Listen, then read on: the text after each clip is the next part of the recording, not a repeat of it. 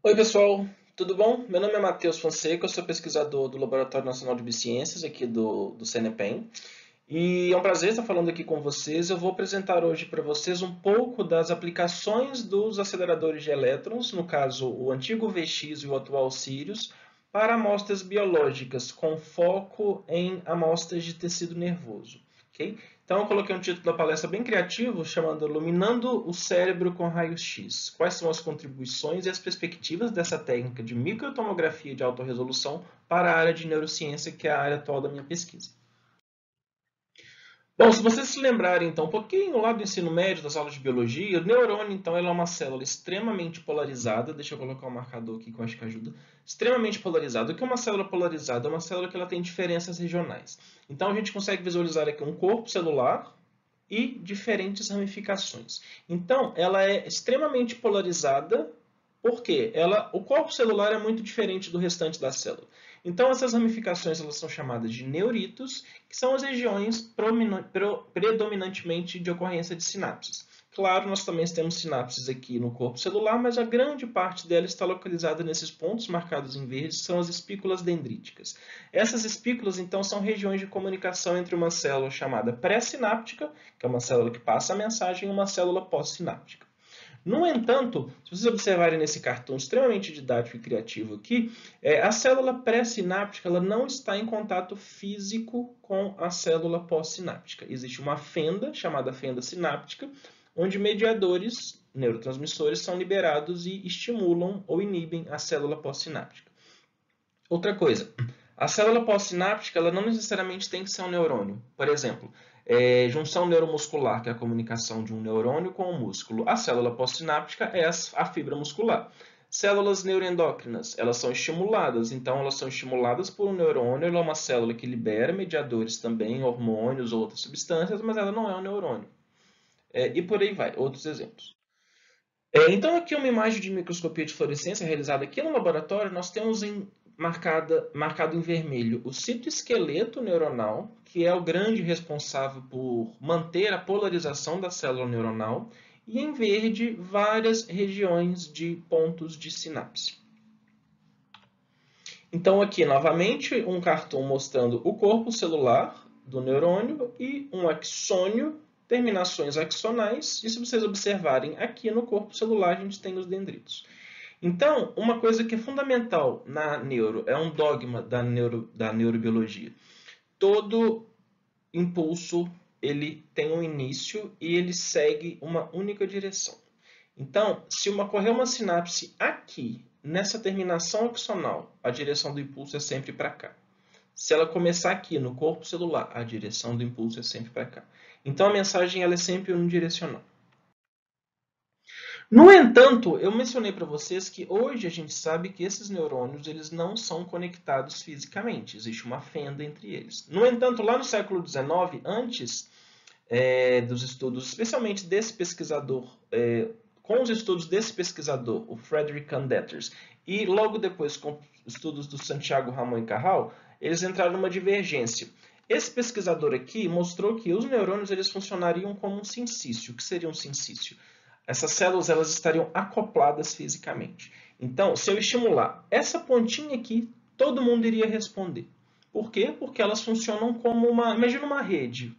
Ok? Se eu balançar um ponto de uma rede, a rede inteira mexe, porque todos os cordõezinhos são conectados uns aos outros fisicamente, não existe uma divisão.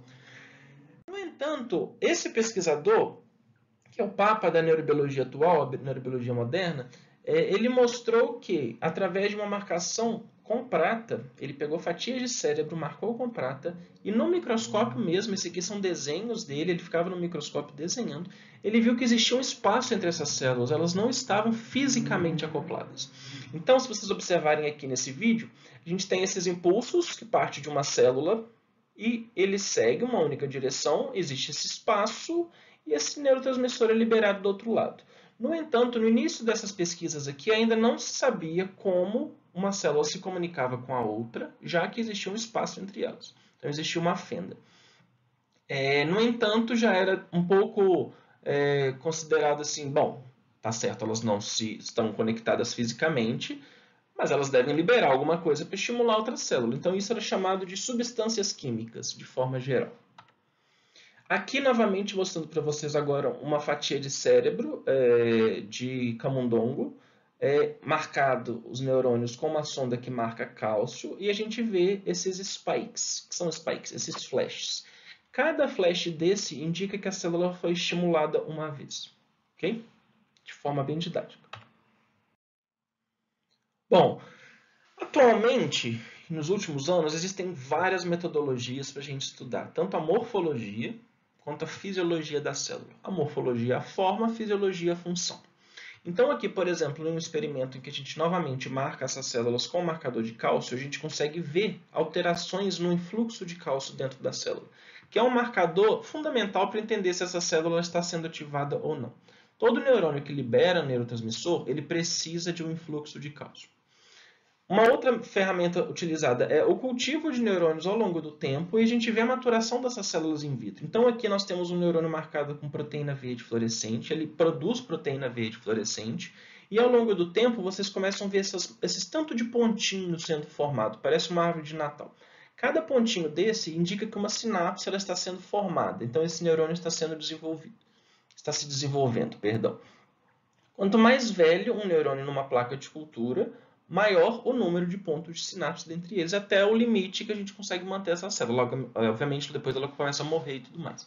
Mas, pensando num organismo mesmo, mesma coisa acontece. Ao longo do neurodesenvolvimento, as células elas são menos ramificadas, menores, mais curtas, e elas começam a expressar esses botões sinapses. Expressar não é uma palavra boa. Elas começam a montar esses botões sinápticos e até manter conexões. E isso é uma coisa que acontece também no cérebro adulto. Não sei se vocês já ouviram falar de neuroplasticidade, mas a neuroplasticidade é exatamente a nossa habilidade de desfazer conexões e criar novas conexões. Isso acontece através de sinapses. E aqui, neurônios crescendo em placa também, marcado aqui no número 2 seria o que a gente chama de cone de crescimento.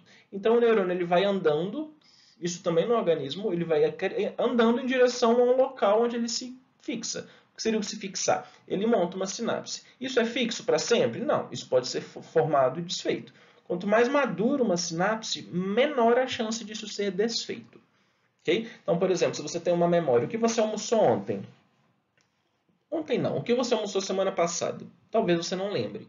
Mas, se eu perguntar o que aconteceu na semana passada, na quarta-feira, o que você almoçou, e vamos supor que nesse dia você viu um assalto dentro do restaurante, ou você recebeu uma ligação ruim, ou você ganhou uma promoção no emprego.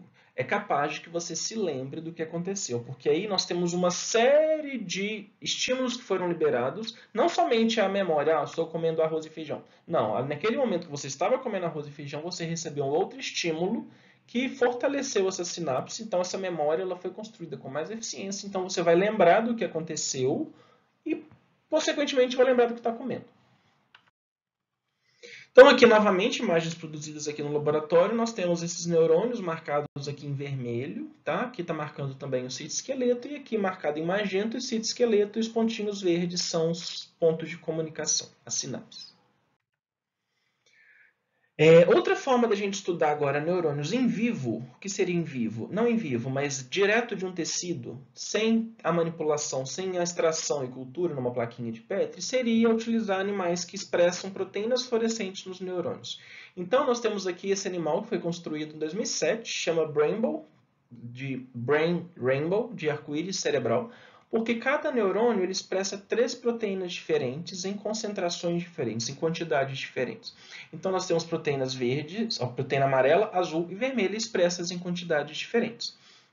Quando a gente faz uma sobreposição, eu tiro uma imagem azul, uma imagem amarela, uma imagem vermelha, cada célula vai ter uma intensidade de azul diferente, uma intensidade de vermelho diferente, amarelo diferente. Quando a gente junta essas imagens, faz o que a gente chama de merge, a gente consegue visualizar essas diferenças e esse diagrama de cores. Então, isso é um animal que é muito utilizado para a gente estudar o conectoma.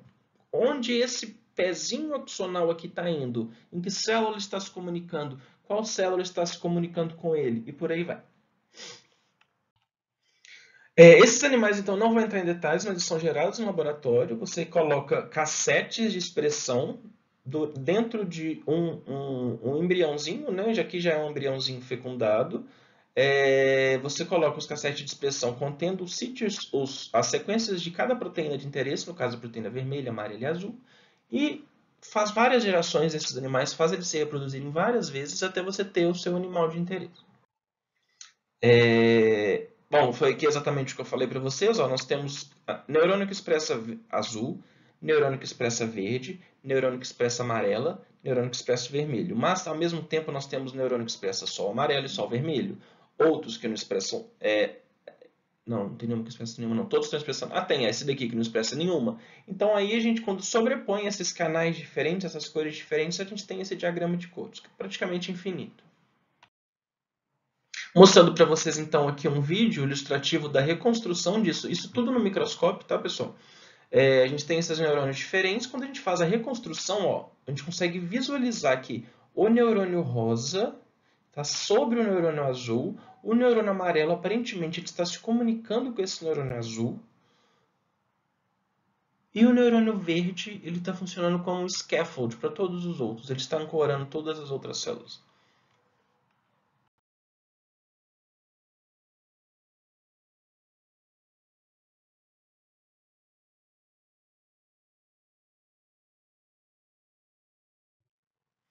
Uma outra ferramenta muito utilizada é a optogenética. O que é a optogenética? A optogenética ela se baseia em utilizar proteínas fluorescentes, proteínas sensíveis à luz, não proteínas fluorescentes, acopladas a um canal ou a um receptor, ou um canal que é um receptor. Então, o que é isso? Eu falei para vocês que os neurônios eles respondem a mediadores químicos, certo? Beleza. Geralmente, um mediador químico se liga num receptor, esse receptor é ativado ou inibido. Vamos usar o caso da ativação. Esse receptor é ativado, entra íons por esses canais e a célula responde. Será que eu consigo fazer esse canal se abrir ou fechar usando uma outra ferramenta que não seja um neurotransmissor? Aí foi desenvolvida a técnica da optogenética. Nesse canal é colocada uma proteína fluorescente. Na hora que eu dou um flash de luz, não fluorescente, a proteína sensível à luz, é a rodopsina. Aquela proteína, uma delas é a rodopsina, aquela que tem no olho do boi. Quando bate luz, você vê ela brilhando assim. Não sei se já bateram um farol na cara de um boi, mas fica o fundo da retininha dele ali bem fluorescente. Magnífico fluorescente, pessoal, perdão. Bem brilhante. Então, essa proteína ela é acoplada ao canal. Na hora que bate um flash de luz, ela altera a conformação. Na hora que ela altera a conformação, ela ativa ou inibe esse canal. Certo? Então, nós conseguimos, através dessa ferramenta, dependendo de que canal que eu estou colocando essa proteína, claro, isso é feito uma construção genética, gerado um embrião, o animal expressa a proteína, igual eu mostrei para vocês anteriormente. E o animal é colocado um capacetinho com uma fibra ótica e ali é onde a gente estimula, acendendo ou apagando a luz. Eu vou mostrar para vocês uns vídeos, então, do que a gente consegue fazer com isso. Então, antes de dar o play no vídeo, deixa eu explicar o que está acontecendo aqui. Vocês estão vendo um camundongo, ele está com o capacetinho e a fibra ótica acoplada. A luz está apagada. A fibra ótica do capacetinho está apagada. Na hora que essa fibra acender, o comportamento do animal vai modificar. Okay?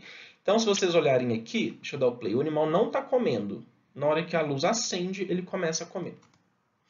Então, o animal está lá, de boa, passeando, acendeu a luz, ele começa a comer. A luz vai ser apagada de novo.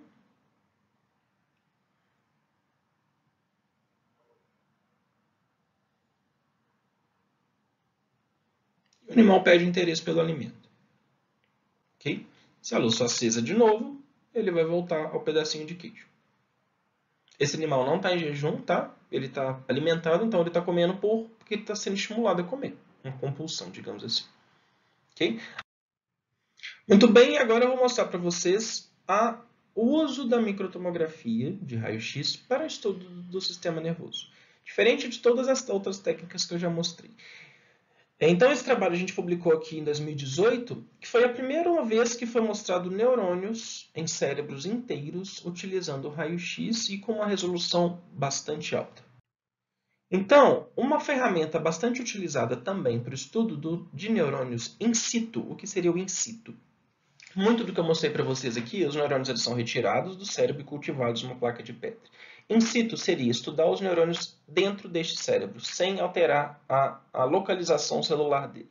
Então, uma ferramenta bastante utilizada para estudar a arquitetura e morfologia da célula é eu pegar esse cérebro, fazer milhões, milhões, milhões, milhões de fatias e reconstruir isso digitalmente. Agora, imagina fazer isso no cérebro inteiro. Tem que ser fatias tão fininhas, mas tão fininhas para não perder detalhe nenhum.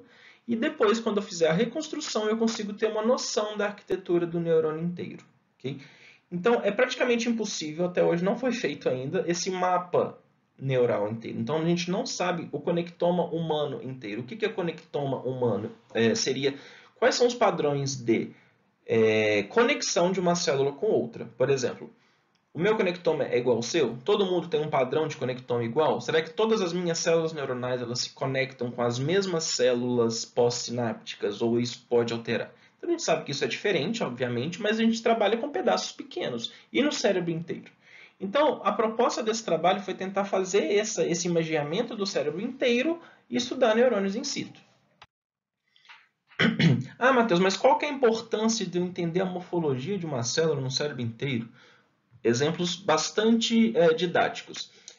Doenças neurodegenerativas, que são doenças que levam à morte neuronal ou alteração da função neuronal com o tempo.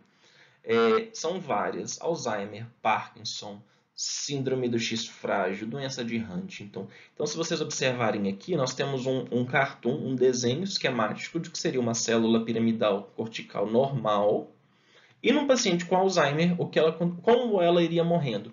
Então, se vocês observarem aqui, ela está extremamente ramificada. Aqui ela perde o número de ramificações, aqui quase já não tem ramificação nenhuma, até ela se tornar um corpo apoptótico. Então, isso é uma ferramenta para a patologia fundamental para a gente entender o processo celular que está envolvido ali e até mesmo o diagnóstico de doenças. Todas as imagens que eu vou mostrar para vocês a partir de agora, dos resultados, eles foram obtidos utilizando a linha de luz IMX do antigo acelerador, o UVX. Ele já está desativado, então a gente espera que posteriormente toda a aplicação que foi desenvolvida aqui, toda a técnica que foi desenvolvida aqui, ela seja extrapolada para os cílios para a gente ter uma resolução muito maior, uma velocidade de aquisição das imagens muito maior e por aí vai. Qual foi a técnica que a gente utilizou? Eu mostrei para vocês aqueles desenhos de Santiago Ramon e Cajal, certo? A gente usou basicamente a mesma coisa, só que ao invés de utilizar prata para impregnar células, nós utilizamos mercúrio. Ah, Matheus, mas como que prata e mercúrio impregnam neurônios? Ainda é um mistério. Apesar disso ter se desenvolvido no século XIX, a gente ainda não sabe exatamente como o mercúrio impregna somente neurônios, como a prata também impregna somente neurônios. E todos os neurônios eles são impregnados? Não. Alguns neurônios são impregnados, uma parte muito pequena. O que, no momento que a gente utilizou essa técnica, foi ótimo, porque sabendo que um neurônio, aqui marcado, por exemplo, em pretinho, ele está isolado, eu consigo reconstruir a morfologia dele inteira. Se isso aqui fosse uma maçaroca de células, seria um pouco mais difícil. Então, observem aqui, em preto são neurônios que foram impregnados. Em roxinho, são núcleos de outras células, células da glia e outros neurônios que não foram impregnados. Então, é uma população de células bastante pequena que está impregnada aqui, certo? Certo. No entanto, eu consigo traçar a morfologia dessa célula inteira, porque não tem nenhuma interferência de células da vizinhança. Então, isso é muito bom.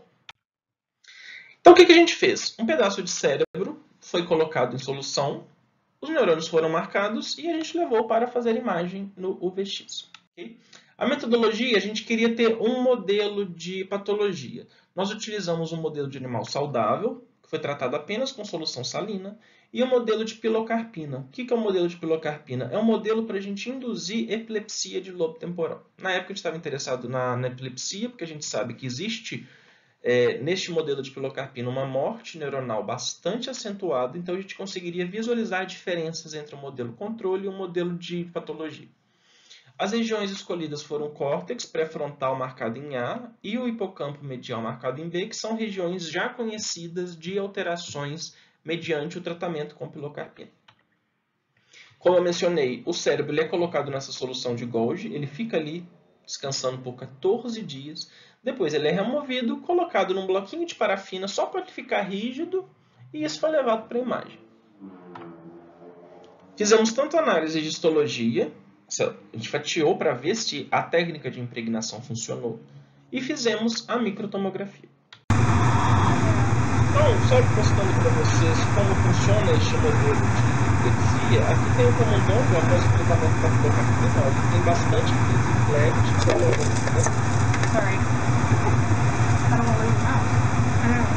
Ele é deixado nesse estado tendo crises por 14 dias, um tempo considerável, mas ele reproduz bastante o conforme o paciente que tem crises epilépticas mais graves, a pessoa chega a ter 15 crises epilépticas por dia, o que é muito, muito alto.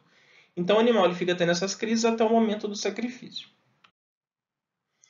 Quando nós olhamos na histologia essas fatias de cérebro, nós vemos que aqui nós temos um hemisfério cerebral desses animais, as células marcadas com mercúrio em preto. Tá? Então nós temos aqui o córtex, a região do hipocampo, aqui uma região do estriado, aqui uma região onde ficam os núcleos da base. Então nós temos vários neurônios marcados ao longo de toda a fatia do cérebro, ao longo do cérebro inteiro. Qual é a diferença entre o controle animal que recebeu o tratamento? Então aqui nós temos o animal controle, no hipocampo dele as células são colocadas, né, elas são dispostas nesse arranjo, uma célula ao lado da outra.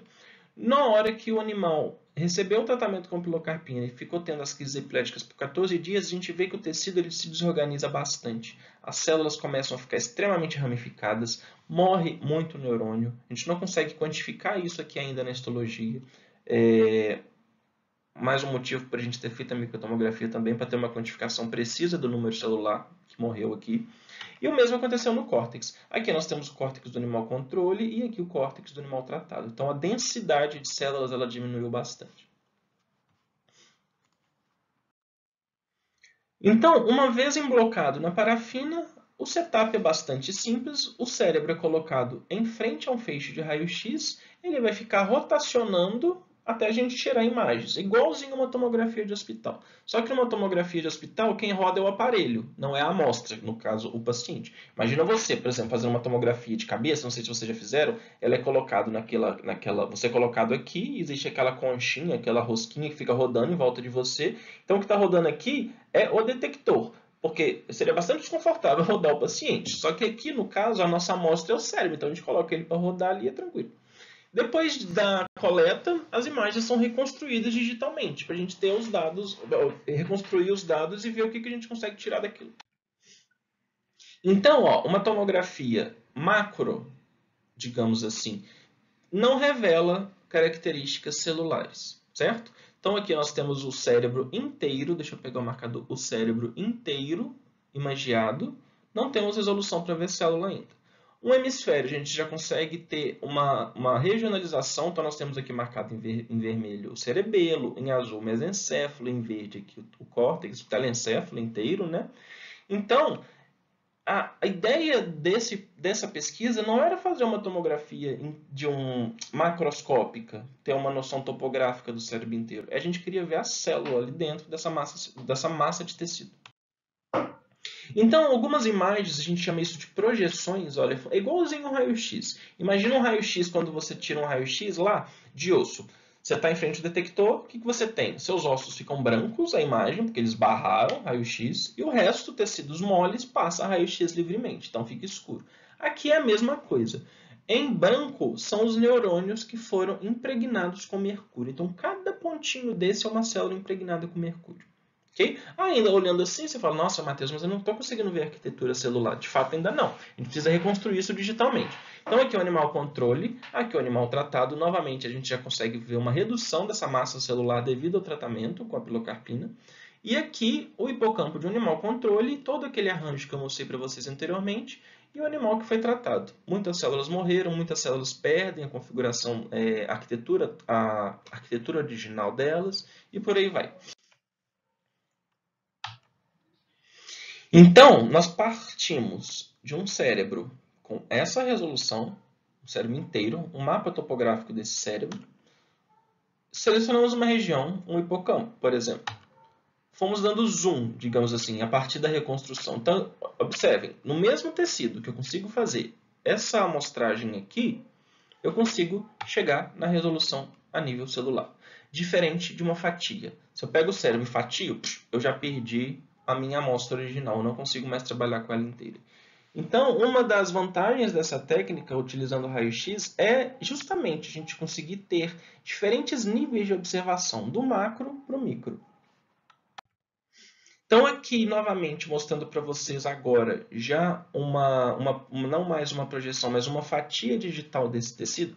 Observem, fatia digital, ok? Porque são tiradas várias imagens, elas são reconstruídas. Então, eu consigo fatiar isso digitalmente no computador. Mas o tecido continua inteiro.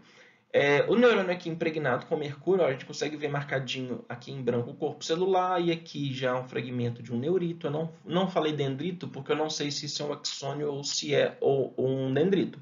Como a gente não sabe, porque eu não tenho um marcador específico para me falar isso, eu chamo de neurito, ok? Então aqui o tecido inteiro e essa fatia em cinza aqui é exatamente essa que está aqui do lado. Então eu estou observando exatamente, imagina se eu cortar ali e olhar para dentro. Eu estou vendo isso daqui. Okay? Só que eu não cortei. Tudo que eu falar corte a partir de agora é corte digital. Aqui eu mostrei para vocês anteriormente o córtex e aqui o hipocampo. Okay? Então, mesma coisa. Essa fatia em cinza aqui, o tecido foi fatiado ao meio, digitalmente, e a gente consegue ver as células marcadas com mercúrio. Agora, a tomografia em si. Eu consigo fazer uma reconstrução disso. De todas aquelas fatias, eu consigo gerar um vídeo em que eu consigo ter uma visualização 360 graus daquele tecido. Como eu mostrei para vocês, o tecido ele ficou rotacionando em frente ao detector. A mesma coisa seria você lá na máquina com o detector rodando. E depois, quando a gente reconstrói isso, a gente tem essa é uma imagem fabulosa.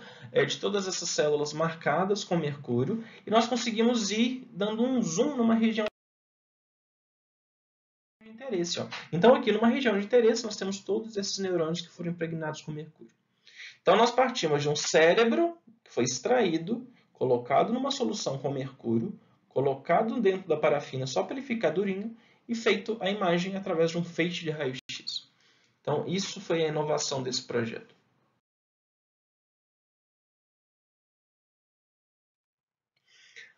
O que eu quis dizer com cortes digitais? Aqui eu estou fazendo uma reconstrução de uma única célula.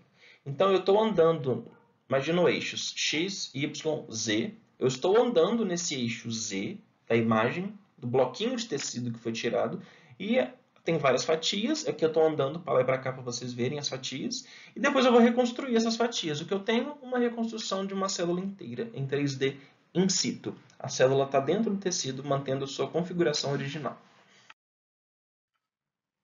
Agora, quando eu faço isso para múltiplas células, nós temos isso daqui. Cada célula marcada aqui representa cada cor representa uma única célula ou um grupo de células que estão tão pertinhas uma das outras que nós não tivemos resolução para separá-las. Então, elas foram tratadas como uma unidade. Mas, obviamente, quando você olha, você vê múltiplos corpos celulares. Então, você sabe que são células diferentes.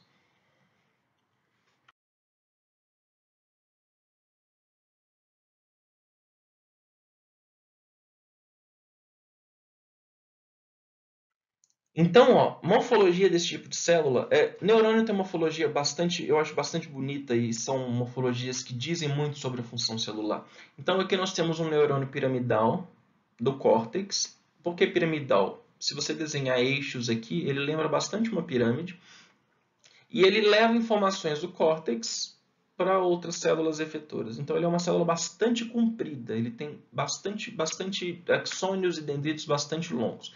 E aqui um interneurôniozinho, que é uma célula que leva uma comunicação de uma célula que poderia estar aqui do lado, passa para esse e passa para outra. Então ele funciona como um interruptor. Os interneurônios eles são tratados bastante como interruptores celulares. Eles passam uma mensagem vinda de outra célula ou não, ok?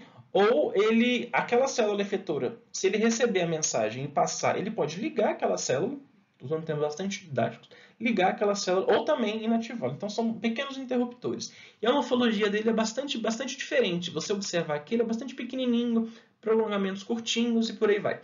Aqui um pool de células e aqui, novamente, neurônios piramidais marcados em azul. Observe que eu não tenho resolução neste momento para dizer onde começa uma célula e onde termina a outra, porque a fenda sináptica ela mede 50 nanômetros. No acelerador anterior, nós não tínhamos esse poder de resolução. Aqui Aqui, novamente, um pedaço do córtex inteiro com as células marcadas em azul, em vez de uma célula isolada, que ela está representada logo aqui.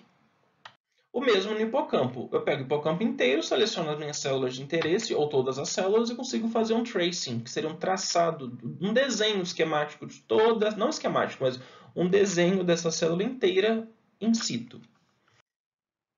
E o fundamental, contagem de número de células é uma ferramenta incrível e extremamente informativa em estudos morfológicos de doenças, especialmente doenças neurodegenerativas.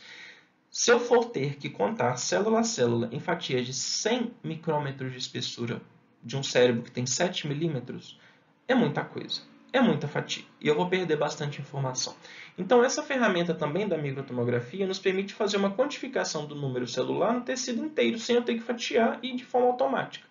Você coloca para o software medir partículas, pontos, que medem cerca de 10 micrômetros, ou um pouco maior, que é exatamente o diâmetro ali do corpo celular, e coloca o software para contar. Então, ele me dá a informação do número de células ali ao longo daquele tecido inteiro. Então, aqui, observem, foi medido, contado o número de células no córtex frontal, pré-frontal e no hipocampo dos animais controle tratados. São tecidos grandes, comprimentos maiores de milímetros. Então, nós temos aqui o número de células por milímetro cúbico, por unidade de volume. Então, a quantificação é muito mais precisa. Observe que no controle, no córtex frontal, nós temos um número significativo de morte, mas no hipocampo, o número de células que morreram é ainda maior. Então, observem aqui, eu gosto de mostrar a imagem do hipocampo, porque é bastante nítido. Olha, essa população aqui, em CA1, CA3, morreu bastante, são regiões hipocampais, a gente perdeu bastante células.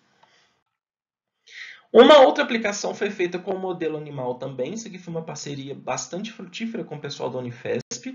Eles têm um modelo de rato para esquizofrenia. Nós fizemos a mesma coisa, a contagem de células em regiões do córtex, e tentou ver se existia diferença com animais de controle. Então aqui nós temos os animais selvagens, com os neurônios marcados com mercúrio, e aqui os animais tratados. Observem que nessa região mais basal aqui, que eu marquei com essa linha amarela, temos poucas células nos animais selvagens. No entanto, nos animais esquizofrênicos, modelos de esquizofrenia, nós temos uma quantidade de célula bastante maior. O que isso quer dizer? As células neuronais, durante o desenvolvimento, elas surgem aqui, proliferam aqui e começam a migrar em direção ao córtex. Então, elas, didático novamente, elas surgem aqui e começam a migrar para o exterior, face voltada para o crânio, região do córtex. Quando elas estão acumuladas aqui, indica que elas estão migrando de forma diferente.